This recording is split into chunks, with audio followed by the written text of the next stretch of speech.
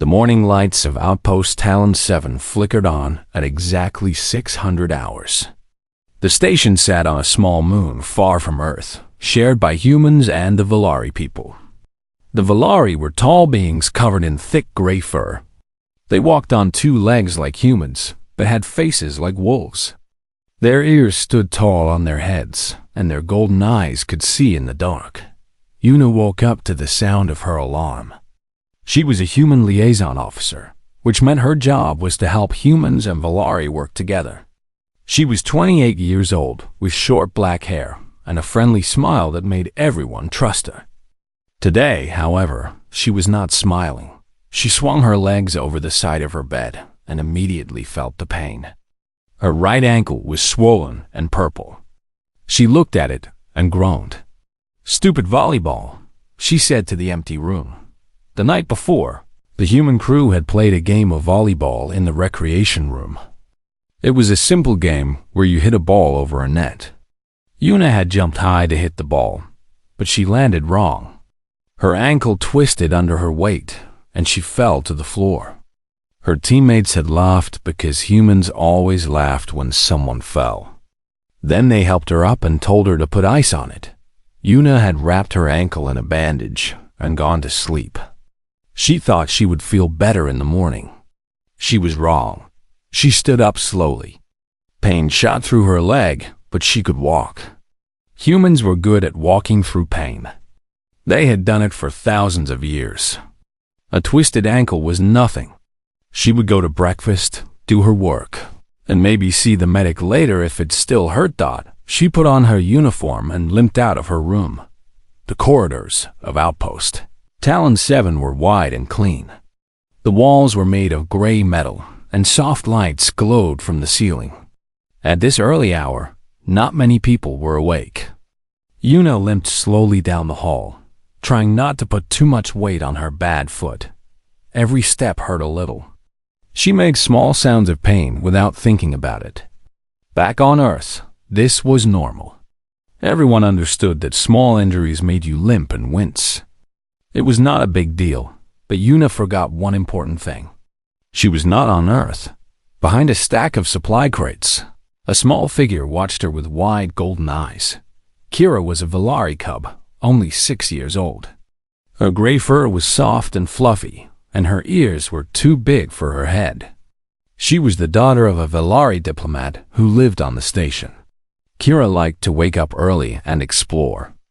The corridors were quiet in the morning, and she could pretend she was an adventurer. Today, she had found the best hiding spot behind the supply crates near the human living area. She liked watching the humans. They were strange creatures with no fur and flat faces. They were soft and small compared to Valari, but everyone said they were very important allies. Kira peeked out from her hiding spot and saw the human female walking down the corridor. She knew this human. Her name was Yuna, and she was always kind. She sometimes gave Kira sweet treats from Earth called candy. But something was wrong. Yuna was not walking normally. She was limping. Each step made her face twist with pain. Kira's ears flattened against her head. She had never seen an adult show pain before. In Valari culture, showing pain was a big deal. Valari bodies were strong. They could take many hits and keep fighting.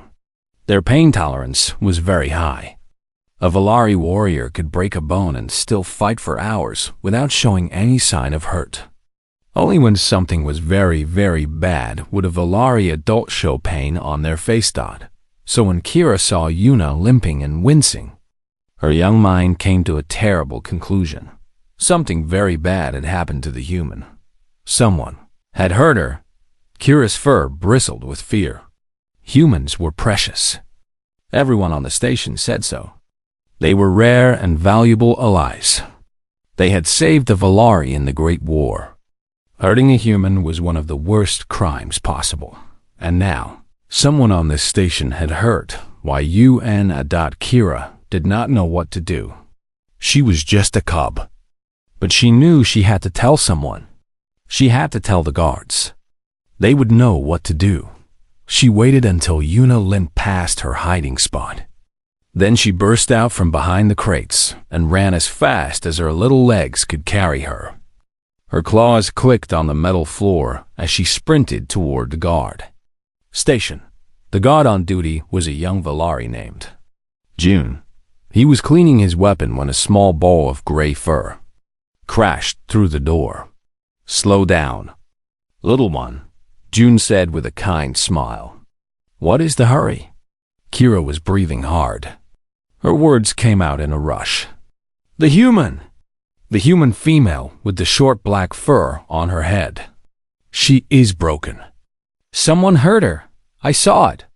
She was limping, and her face was making pain shapes. June's smile disappeared. He stood up straight. "What did you say?" "She was walking wrong," Kira said. Her voice was high with panic. "Her leg is hurt. Someone attacked her. You have to help her." June felt his heart beat faster. A human had been attacked? On this station? This was very bad. This was very, very bad. "Are you sure about what you saw?" he asked. Yes. She was making pain sounds. Her face was twisted. "Please, you have to do something." June did not hesitate. He grabbed his communication device and pressed the emergency button. The device beeped twice, and then a deep voice answered. "This is Commander Rock. Report." June spoke quickly. "Commander, we have a situation. A witness reports that a human female has been attacked. She was seen limping with visible signs of injury. The human in question is Liaison Officer Yuna." There was silence on the other end. Then Commander Rock spoke again, and his voice was like ice. "Lock down the station. No one moves until I get there. We will find who did this." The communication ended. Kira looked up at June with hopeful eyes. "Will the commander help the human?" June nodded slowly. His face was grim. "Yes, little one. Commander Rock will find whoever hurt her, and they will face justice." Kira's tail wagged a little. She had done a good thing. She had helped save the kind human who gave her candy. Far down the corridor, Yuna continued her slow walk to the mess hall. She was thinking about what she would eat for breakfast. Maybe eggs. Maybe toast. Her ankle hurt, but it would heal in a few days. She had no idea what was coming. She did not hear the alarms until they started screaming. Commander Rock was having a quiet morning when everything changed. He sat in his office, reviewing supply reports. His gray fur was darker than most Valari, almost black around his muzzle. He was old for a soldier, nearly 50 cycles, but his body was still strong.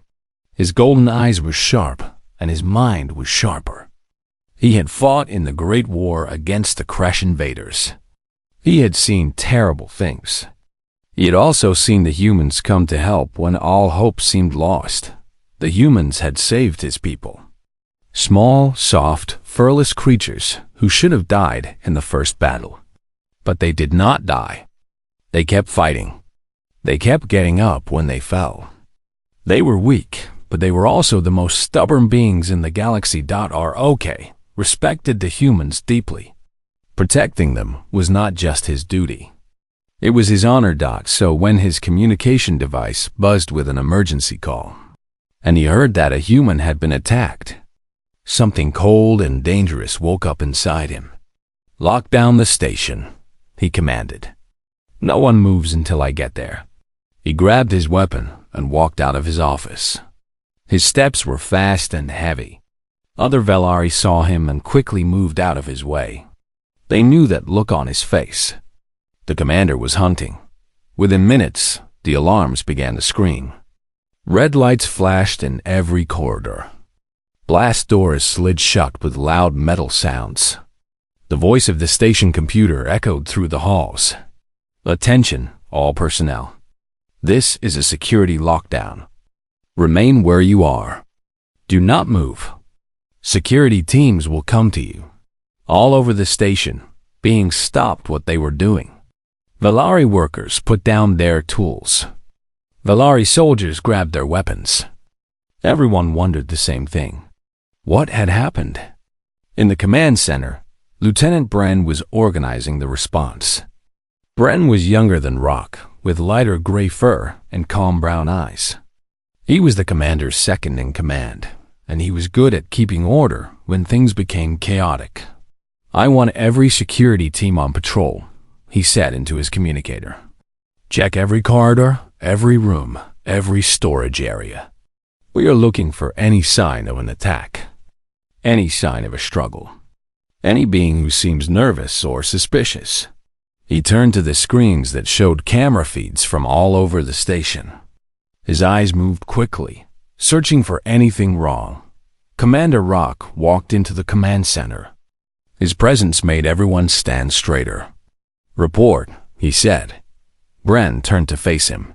"Sir, we have the witness here. A young cub named Kira. She says she saw a human liaison officer, Una, walking with clear signs of injury, limping, pain expressions on her face. The cub believes she was attacked."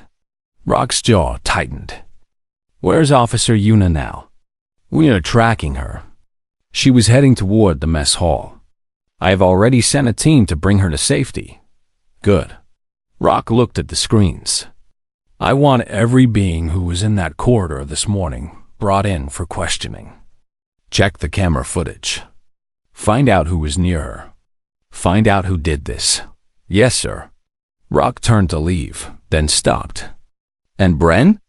If we find who hurt her, they will wish they had never been born." Bren nodded. He knew the commander meant every word down in Corridor 7. Una had finally reached the mess hall doors when the alarm started. She stopped and looked up at the flashing red lights. "What in the world?" She muttered before she could take another step. 4 Valari guards appeared around the corner. They were running toward her at full speed.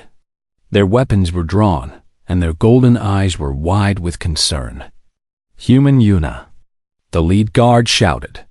"Do not move. We are here to protect you." Una blinked in confusion. "Protect me from what?"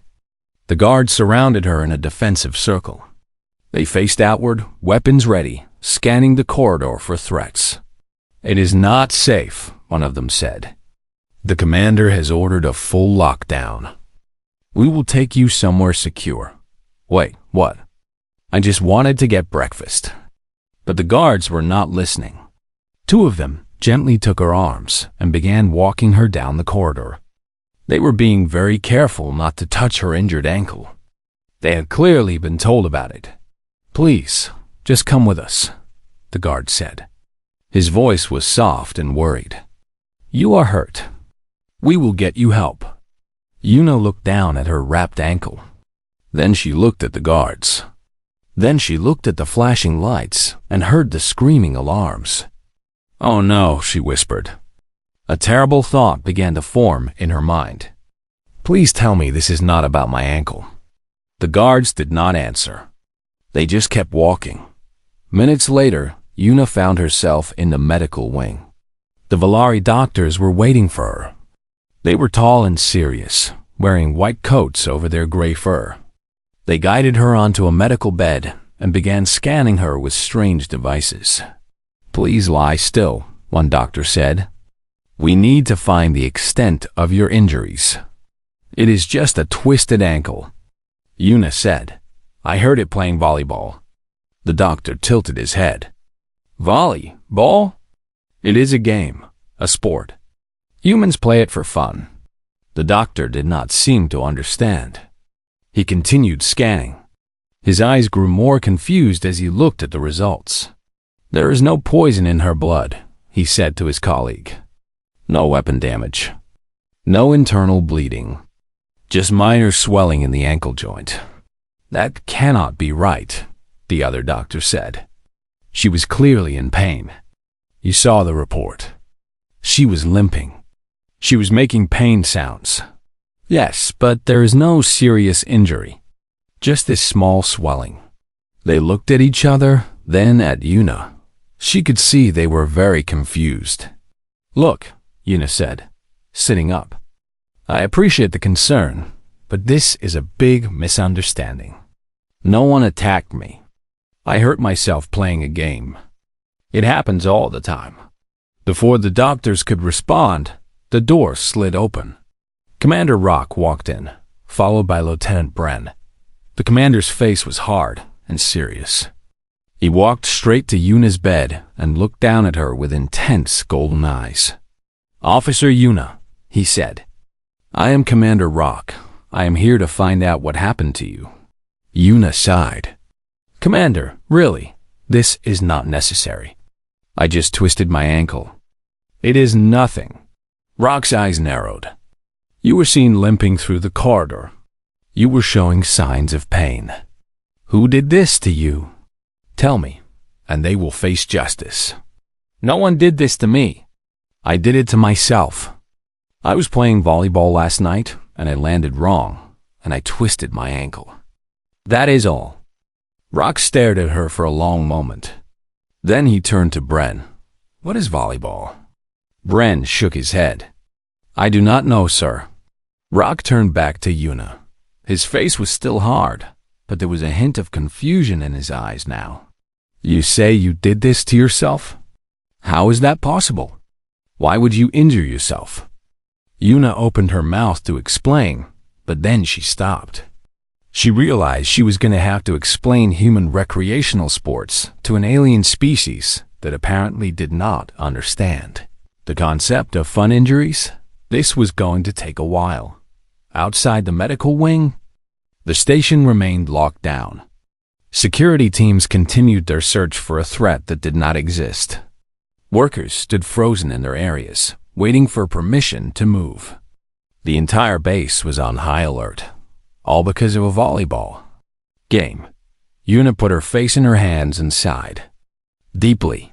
"I really should have just gone to the medic last night," she muttered to herself. "Commander." Rock was still waiting for an explanation. His arms were crossed over his chest, and his ears were pointed forward. He was not going to leave until he understood what had happened. Yuna looked up at him. She could see he genuinely cared about her safety. All of this chaos was because the Volari were worried about her. It was sweet in a very stressful way. "Okay," she said. "Let me explain, but you might want to sit down. This is going to sound very strange to you." While Yuna sat in the medical wing trying to explain herself, the investigation outside continued at full speed. Lieutenant Bren had divided the security teams into groups. Some teams watched the corridors. Some teams checked camera footage. Some teams questioned every being who had been near the human living area that morning. In a small gray room, a Volari maintenance worker named Juan sat nervously in a chair. Two security officers stood in front of him, their golden eyes cold and suspicious. "You were seen near the human quarters at 500 hours this morning," one officer said. "What were you doing there?" Juan's fur was standing up with fear. His tail was tucked between his legs. "I was fixing a light panel. It was broken. I received a work order last night." "Can you prove this?" Yes. "Check the maintenance logs. Check my tools. I still have the old light panel in my work bag." The officers looked at each other. One of them spoke into his communicator, asking someone to verify the maintenance logs. A minute later, a voice confirmed that Juan was telling the truth. There had been a work order for that corridor. "You may go," the officer said. Juan jumped up and ran out of the room as fast as his legs could carry him. He had never been so scared in his life. In another room, a Volari food worker named Sue was being questioned. "You walked through corridor 7 at 5:45 this morning. Did you see anyone suspicious? Anyone acting strange?" Sue thought hard. "No, sir. I was carrying supplies to the kitchen. I did not see anything unusual. I did see the human female walking. She seemed uncomfortable. I thought maybe she was tired." "Did you touch her? Speak to her?" "No, sir. I just nodded and kept walking. I was in a hurry." The officers wrote this down. You may go. All over the station, similar conversations were happening. Every Valari who had been in the area was questioned. Every story was checked. Every detail was examined, but no one had attacked the human. No one had even touched her. Because there had been no attack dot in the command center, Bren watched the questioning through the camera feeds. His ears slowly moved back in confusion. They had questioned 20 beings now. All of them had clear stories. None of them seemed guilty. This does not make sense, Bren muttered. Someone had to hurt her. She was clearly injured. She was limping. Next to him, a technician was reviewing the corridor footage from that morning. Sir, the technician said, I have found something. Bren walked over to look at the screen. What is it? This is footage from corridor 7 at 5:38 this morning. Watch the human. On the screen, Yuna walked out of her room. She was already limping. She was already making pain faces. And there was no one else in the corridor. Bren frowned. She was already hurt when she left her room? Yes, sir. And I checked the footage from outside her door all night. No one entered her room. No one left her room. She was alone the entire night. And how did she get hurt? The technician shrugged. His ears twitched with confusion. I do not know, sir. It is very strange. Bren stared at the screen. This was making less and less sense. The human had been hurt, but no one had hurt her. She had been alone all night. How was this possible? He decided to go to the medical wing and ask her directly. When Bren arrived, he found Commander Rock still standing by Yuna's bed. The human looked tired and frustrated. She had been trying to explain something, but the commander did not seem to understand. Let me try again, Yuna was saying. Volleyball is a game, a sport, for fun. You hit a ball over a net. Sometimes you jump. Sometimes you land wrong. Sometimes you get hurt. It is normal. Rock's ears were flat against his head. You play a game that hurts you? On purpose? Not on purpose. The hurting is an accident. But we play anyway because the game is fun. I do not understand. Why would you play a game that can hurt you? Because the fun is worth the risk. Humans like excitement. We like challenge. Sometimes we get small injuries, and we just deal with them. Bren stepped forward. Excuse me. I have information. Rock turned to him. What did you find? Sir, we have reviewed all the footage. We have questioned all witnesses. No one attacked the human. She was alone all night and was already injured when she left her room this morning. Rock looked back at Yuna.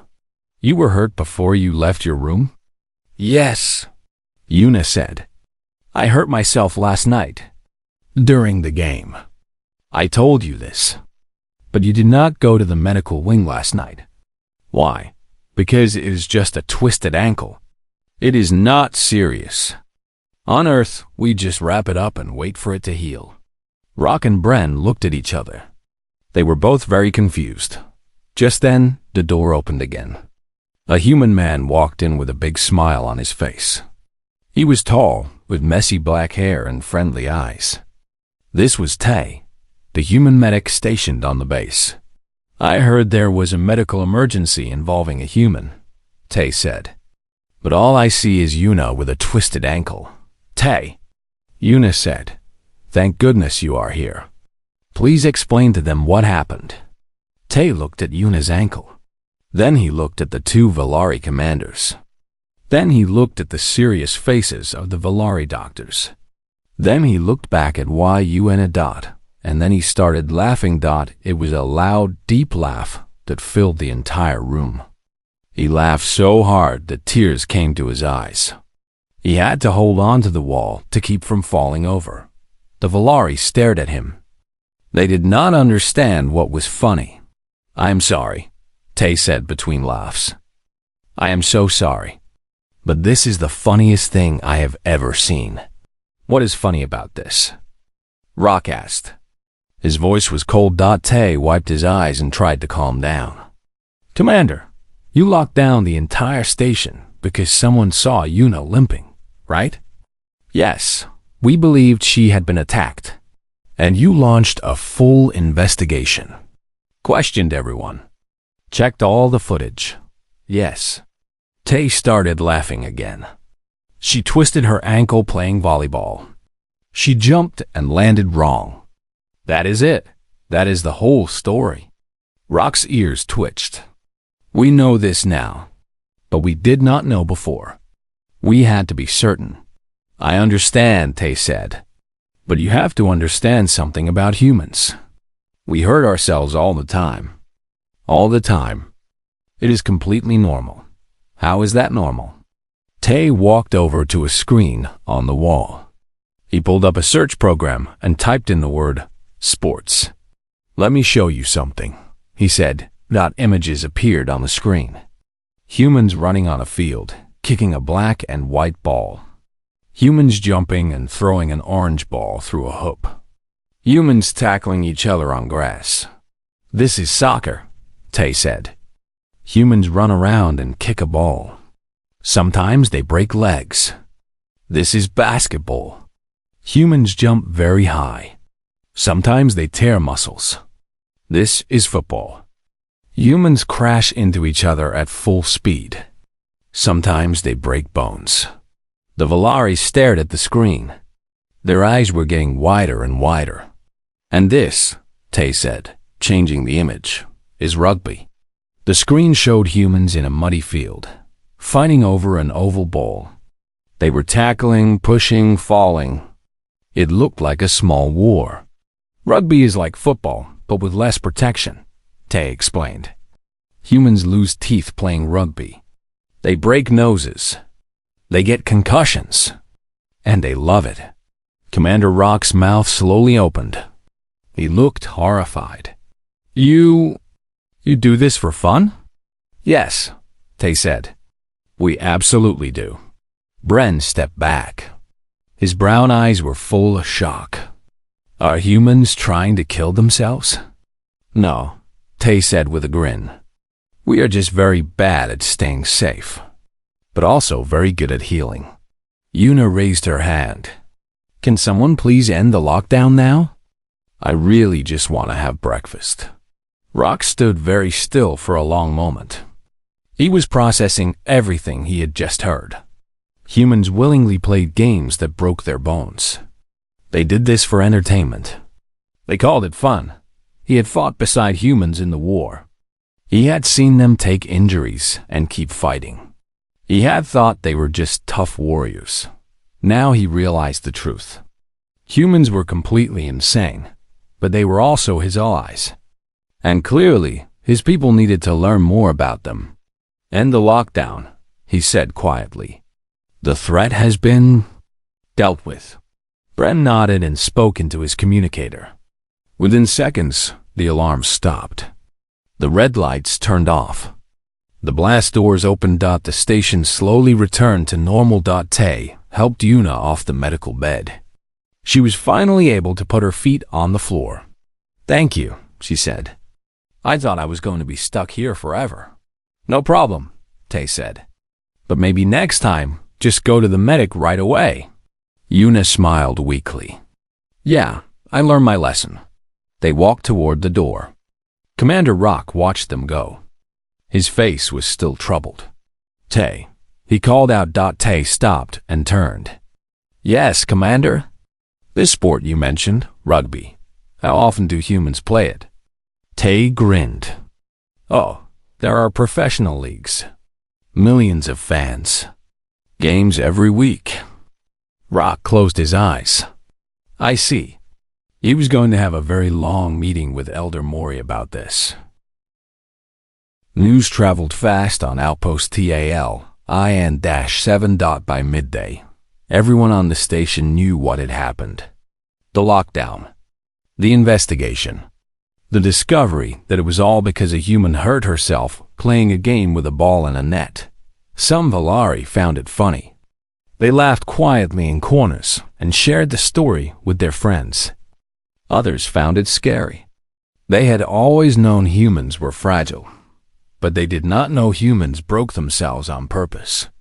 Most Valari were just confused. In a mess hall, Una finally got her breakfast. It was now lunchtime, but the kitchen staff felt so bad that they made her favorite meal: scrambled eggs with toast and a hot drink called coffee. Tay sat across from her, eating his own food. "You know," Tay said, "you are going to be famous now." Una groaned. "I do not want to be famous." "Too late. You are the human who made Commander Rock lock down the entire station over a twisted ankle. People will be telling this story for years." Great, just great. Around them, Valari workers kept looking at Una. Some were curious. Some were worried. A few looked at her like she was a strange animal in a zoo. One young Valari gathered the courage to walk over to their table. He was thin and nervous, with light gray fur and big ears. "Excuse me," he said softly. "I'm sorry to bother you, but I heard that you hurt yourself playing a game. Is this true?" Una nodded. "Yes, it is true. And you are..." "Okay, with this, it happens all the time. Humans get hurt playing sports. It is normal for us." The young Valari's ears twitched. "But why do you play if it hurts you?" Una thought about how to explain. "Because the game is fun. Because we like to challenge ourselves. Because we like to feel our bodies move. The risk of getting hurt is part of it. It makes the game more exciting." The young Valari looked very confused. "Thank you for explaining," he said. Then he walked away, shaking his head. Tay grinned. "You blew his mind. I think I blew everyone's mind today." In another part of the station, Commander Rock sat in Elder Mori's office. The Elder was old, very old. Her fur was mostly white, and her eyes were calm and wise. She had seen many strange things in her long life. She had also met many humans. "So," Elder Mori said slowly, "the lockdown was because a human twisted her ankle playing a game." Rock's ears flattened. "Yes, Elder. I apologize for the disruption. But when the cub reported that a human was injured, I had to take it seriously." "Of course you did. Protecting humans is important." The Elder paused. "But this shows us something important. We do not understand humans as well as we think we do." "I agree. The medic Tay showed me images of human sports. They are disturbing." "How so?" "They crash into each other. They fall from great heights. They fight over balls. Many of these games cause broken bones, torn muscles, and head injuries. Yet millions of humans play them every day." Elder Mori leaned back in her chair. "Interesting. And they do this willingly?" "Yes, they call it fun." The Elder was quiet for a moment. Then she smiled softly. "Do you remember, Rock, when the humans first came to help us in the war?" "Of course. They were small and weak. We thought they would die quickly. But they did not die. They kept fighting. Even when they were hurt. Even when they should have fallen. They kept getting up." Rock nodded slowly. "Yes, we called them the stubborn ones. Now we know why they are stubborn. They train their bodies to ignore pain. They play games that hurt them so they can learn to keep going. Their entire culture is built around pushing through damage." Rock thought about this. It made sense in a strange way. Humans were not strong like Valari. They could not take heavy blows without injury. So instead, they learned to get injured and keep moving. They turned pain into a normal part of life. "This is why they are such good allies," Elder Mori continued. "They are not afraid of getting hurt. They expect it. They plan for it. And they never stop." "I understand now," Rock said. "But our people do not understand. They see humans as fragile. They worry too much when humans get small injuries. Then we must teach them." The Elder picked up a datapad. I will prepare a cultural briefing for all Valari on the station. It will explain human recreational injuries and why they are normal. That is a good idea. The briefing will be required reading for all personnel. We cannot have another lockdown every time a human falls down. Rock almost smiled. Almost. Thank you. Elder. He stood to leave, but Elder Mori raised a hand to stop him. One more thing. Rock, the cub who made the report. Kira, I believe? Yes, she was scared. She truly believed the human was in danger. She acted correctly. She saw what she thought was an attack and reported it. That is exactly what we teach our young ones to do. I agree. She did nothing wrong, but she must be feeling terrible right now. She caused a huge commotion over a misunderstanding. She's probably ashamed. Rock had not thought about this. He had been so focused on the investigation that he forgot about the little cub who started it all. I will speak to her, he said. I will make sure she understands she is not in trouble. Good. And perhaps the human should speak to her too. Children need to know that their concerns are valued, even when they make mistakes. Rock nodded. I will arrange it. He left Elder Mori's office and walked toward the family living area. On the way, he passed many Valari who were talking about the morning's events. Some were still confused.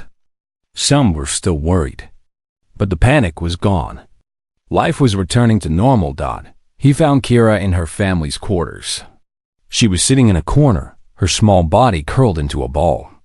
Her ears were pressed flat, and her tail was wrapped around her legs. She looked like she wanted to disappear. Kira's mother, a diplomat named Yeon, stood nearby. She looked worried. Commander, she said, I'm sorry about what happened. Kira did not mean to cause trouble. She caused no trouble, Rock said firmly. She saw what she thought was an emergency and reported it. That is correct behavior. Kira looked up. Her golden eyes were wet with unshed tears. But I was wrong. The human was not attacked. I made everyone panic for nothing. Rock knelt down so he was at her level. His face was serious but not unkind. Listen to me, little one. You are not in trouble. You saw something that worried you, and you told an adult. That is exactly what you should do. Always. Do you understand? Kira sniffed. But I caused the lockdown. Yes, you did. And because of that, we learned something important.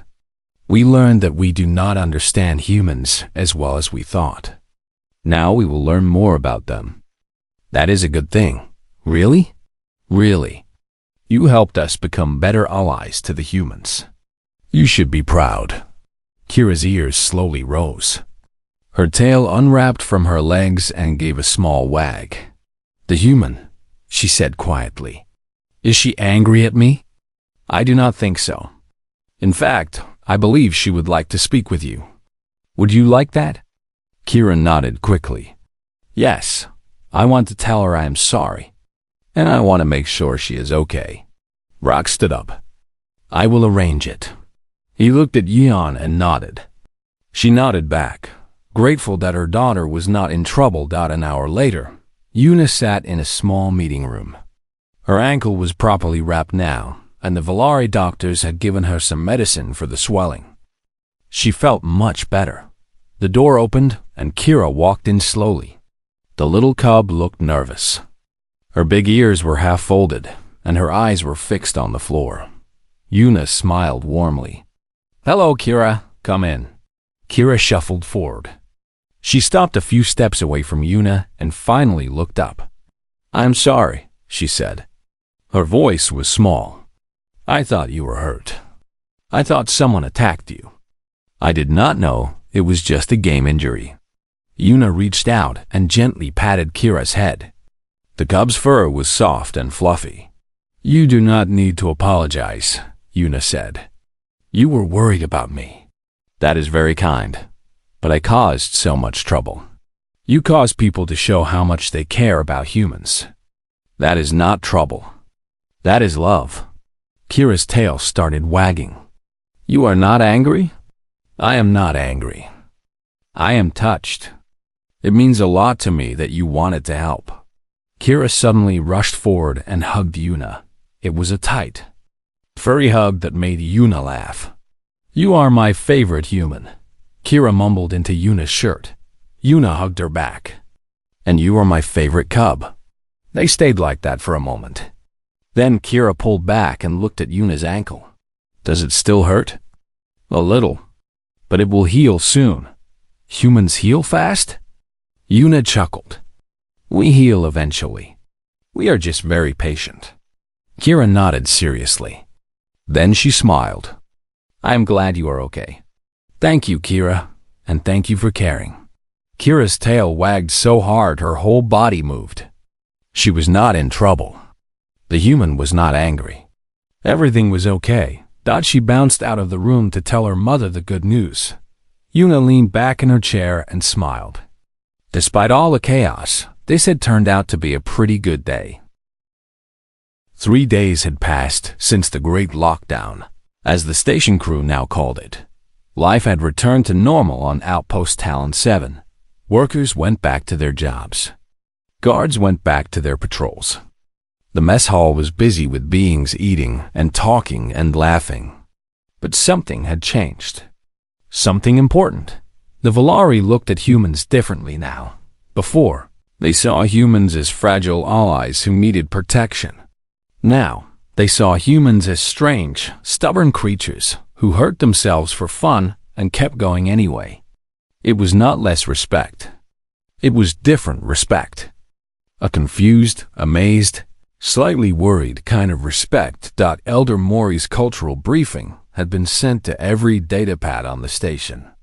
It was titled, Human Recreational Injuries and Why They Are Normal. Everyone was required to read it. The briefing explained many things. It explained that humans played sports for exercise and entertainment. It explained that these sports often caused injuries. It explained that humans considered minor injuries like twisted ankles, bruises, and muscle strains to be completely normal. It explained that humans did not need to be rushed to medical every time they said, ouch. Most importantly, it explained that humans would think it was funny if Valari overreacted to small injuries. The briefing asked all Valari to stay calm and ask questions before sounding alarms. In the security office, Commander Rock read the briefing 3 times. He wanted to make sure he understood everything. Lieutenant Brent stood nearby. The humans have a strange culture, he said. Yes, Rock agreed. But it explains much about them. Do you think we will have another lockdown? Not over a twisted ankle. But humans do many strange things. I am sure they will surprise us again. Bren almost smiled. Probably. In her quarters, Yuna's ankle was almost healed. The swelling was gone, and she could walk normally now. She was getting ready for her daily work when she heard a small knock on her door. She opened it and found a package on the floor. There was no one in the corridor. She picked up the package and brought it inside. It was wrapped in soft cloth with a handwritten note on top. The note was written in shaky human script. Some letters were backward, and some words were spelled wrong. But Yuna could read it. Dear human Yuna, I hope your leg is better. This is for next time you jump wrong. From Kira. Yuna smiled and opened the package. Inside was a beautiful ankle brace. It was made of Valari leather, soft and strong. It was perfectly shaped to fit a human ankle. Someone had measured very carefully. She held up the brace and looked at it closely. The craftsmanship was excellent. This was not a cheap gift. Someone had put a lot of time and care into making it. Her eyes felt warm. She blinked a few times. Thank you, Kira, she whispered to the empty room. She put the brace on her shelf where she could see it every day. It was the best gift she had ever received on this station. Later that morning, Yuna found Kira in the common area. The cub was playing with some other Valari children, chasing a ball around the room. When Kira saw Yuna, she stopped playing and ran over. "Did you get my present?" she asked eagerly.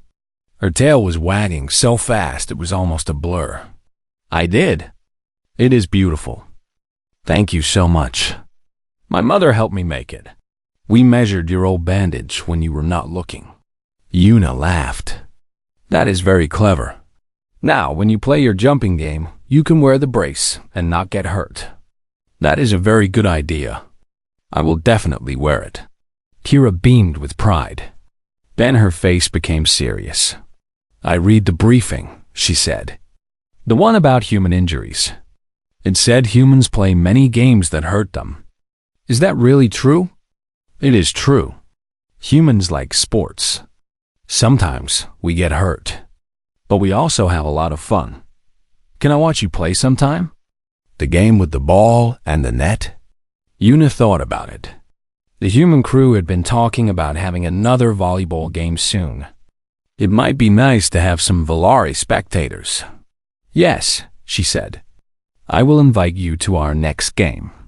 But you have to promise not to call the guards if someone falls down." Kira giggled. "I promise." That evening, Tay found Yuna in the recreation room. She was sitting on a bench, reading something on her datapad. "What are you reading?" he asked. "The cultural briefing Elder Mori wrote. I wanted to see what she said about us." Tay sat down next to her. "Is it accurate?" "Mostly. Although she described rugby as organized combat with unclear rules. That made me laugh. To be fair, rugby does look like organized combat." "True." They sat in comfortable silence for a moment. The recreation room was empty. It was late, and most beings had gone to sleep. "You know," Tay said, "I was thinking about what happened. The lockdown and everything. What about it? The Valari locked down an entire station because they thought you were hurt. They sent guards. They launched an investigation.